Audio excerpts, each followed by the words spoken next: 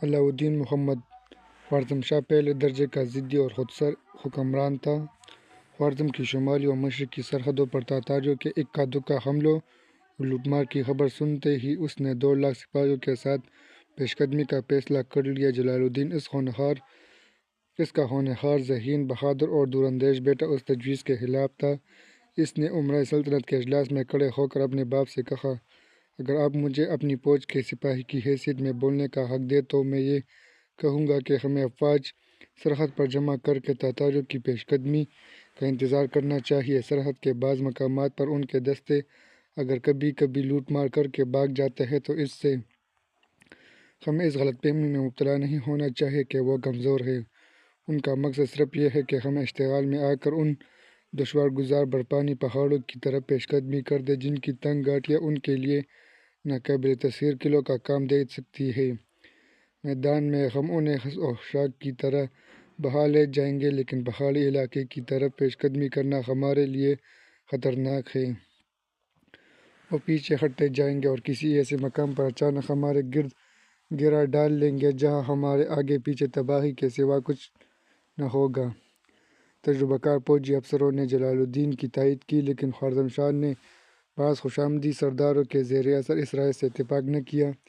اس کی پہلی اور آخری دلیل یہی تھی کہ تاتاری ڈاکوؤں کو سزا دینے میں ہماری طرف سے کسی قسم کا تذبذب دنیا پر ظاہر کر دے گا کہ ہم کمزور ہو چکے ہیں، اور آج تک ہم نے اپنے دشمن پر یہ ثابت کیا ہے کہ ہم کمزور نہیں۔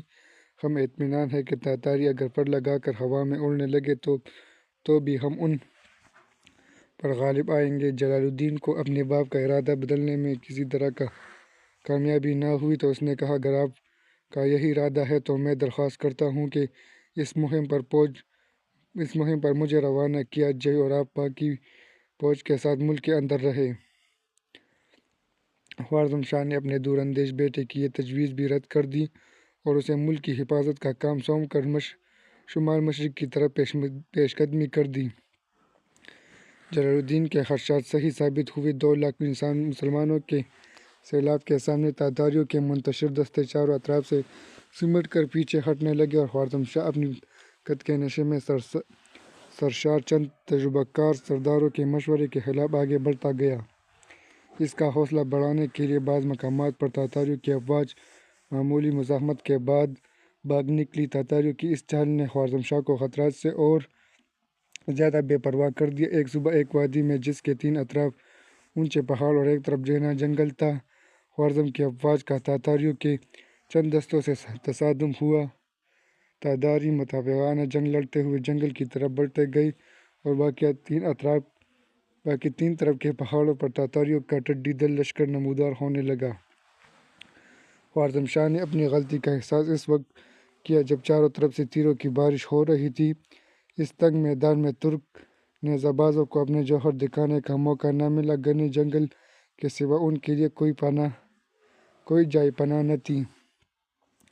تیروں کی بارش کے علاوہ تاتاریوں کے بے شمار دستے پہاڑوں سے نیچے اتر کر خوارزم شاہ کی افواج میں تباہی مچا رہے تھے۔ اس تباہی سے بچنے کے لیے ترک افواج نے جنگل میں پناہ لینے کی کوشش کی لیکن یہاں بھی ہر درخت کے پیچھے ایک تاتاری تیر انداز موجود تھا۔ تیسرے پہر تک خوارزم شاہ کی افواج نے تاتاریوں سے تمام جنگل کو صاف کر دیا اور تاتاری پہاڑوں پر سے آہستہ آہستہ غائب ہونے لگے، لیکن ترکوں کے نقصانات اس قدر زیادہ تھے کہ شام کے وقت خوارزم شاہ کی فوج کے افسر میدان میں لاشیں گننے کی بجائے زندہ آدمیوں کی گنتی کر رہے تھے۔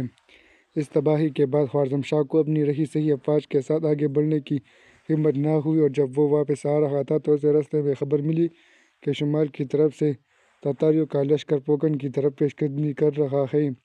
پوکن کے حاکم اعلیٰ تیمور ملک نے یہ اخلاع بھیجا کہ اس وقت میرے پاس 5000 سپاہی ہیں، تاہم مجھے یقین ہے کہ میں ایک مدت تک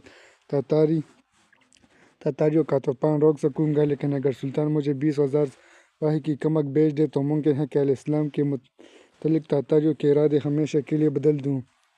خوارزم شاہ گزشتہ جنگ میں غیر متوقع تباہی کے باعث اس قدر بدحواس ہو چکا تھا کہ اس نے غصے سے کانپتے ہوئے تیمور ملک کا خط پھاڑ ڈالا اور خلجی سے کہا، اگر تیمور ملک یہ سمجھتا ہے کہ وہ ہماری نسبت زیادہ تجربہ کار ہے تو وہ بیوقوف ہے۔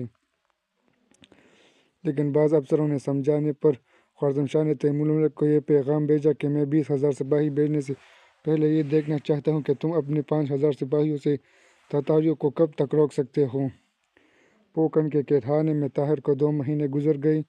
قید خانے کے داروغہ سے اس نے بارہا یہ درخواست کی کہ اسے شہر کے حاکم اعلیٰ کے سامنے پیش کیا جائے، لیکن اسے ہر بار یہ جواب ملتا کہ جب انہیں فرصت ہوگی وہ خود بلائیں گے۔ طاہر نے داروغہ سے خط لکھنے کی اجازت طلب کی، لیکن اس نے جواب دیا کہ جاسوسی کے جرم میں گرفتار ہونے والے کے لیے یہ سہولت مہیا نہیں کی جا سکتی۔ طاہر کو کسی دوسرے قیدی سے ملنے کی اجازت بھی نہ تھی۔ وہ قید خانے سے باہر دنیا کے تمام حالات سے بے خبر تھا۔ وہ بیقرار ہو کر دن میں کئی مرتبہ یہ سوال سوچتا تھا، آخر مجھے اب تک کیوں نہیں بلایا گیا؟ قید خانے سے باہر کیا ہو رہا ہے؟ کیا تاتاریوں نے حملہ کر دیا ہے؟ حاکم اعلیٰ کو میرے متعلق سوچنے کی فرصت نہیں ملی؟ کیا وہ میرا بیان لیے بغیر مجھے عمر قید کی سزا دے چکے ہیں؟ ایک دن چند سپاہی اسے ننگی تلواروں کے پہرے میں قید خانے سے نکال کر پوکن کے گورنر تیمور ملک کے محل میں لے گئے۔ تیمور ملک ایک خوش وضع اور خوش اخلاق آدمی تھا۔ اس کی شجاعت اور شرافت کی داستانیں دور دور تک مشہور تھیں۔